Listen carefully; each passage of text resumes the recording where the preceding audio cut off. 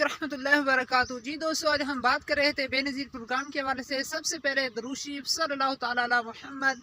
अगर अभी तक आपने भी दुरूद शरीफ नहीं पढ़ा तो पढ़ लीजिए, मुँह मीठा कर लीजिए। जी दोस्तों, हम कर रहे थे बात बेनज़ीर प्रोग्राम की। हर एक किसी का यही सवाल है, पैसे कब मिलेंगे, बेनज़ीर के पैसे कब मिलेंगे, क्या हमारे बेनज़ीर के पैसे साकू कदर मिल सन ताकि असा ईद ते खर्चा कर सकूँ। जी दोस्तों, इस तरह के सवाल हर किसी पूछ रहा है। जी पूछ भी चाहे, क्योंकि हर दफ़ा जो होता है ना, ईद पर पेमेंट लाजमी देते हैं, मगर इस मरतबा को लेट हो गई है। हुकूमत ने ये आवाम की यानी कि उम्मीदों पर पानी फेर दिया है।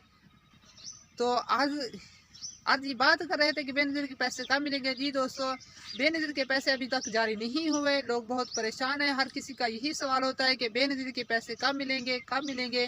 जी दोस्तों, इस हवाले से कोई अपडेट वगैरह आती है तो इंशाल्लाह हम आपके साथ ज़रूर शेयर करेंगे। अगर आपका कोई सवाल है तो सवाल भी सेंड फरमाइएगा। अल्लाह ताला आपको खुशियाँ अता फरमाए। हुकूमत के और भी काफ़ी सारे प्रोग्राम आए हैं, जिसमें हम कदम प्रोग्राम हो गया, हिम्मत कार्ड हो गया मजदूर अफराद के लिए, इसी तरह सोलह प्रोग्राम हो गया, इसी तरह और भी काफ़ी सारे किसान कार्ड के हवाले से बातें हो रही है। काफ़ी सारे प्रोग्राम हैं जिनके हवाले से काफ़ी सारी बातें हो रही हैं। इंशाल्लाह जो अपडेट होगी आपके साथ ज़रूर शेयर करेंगे।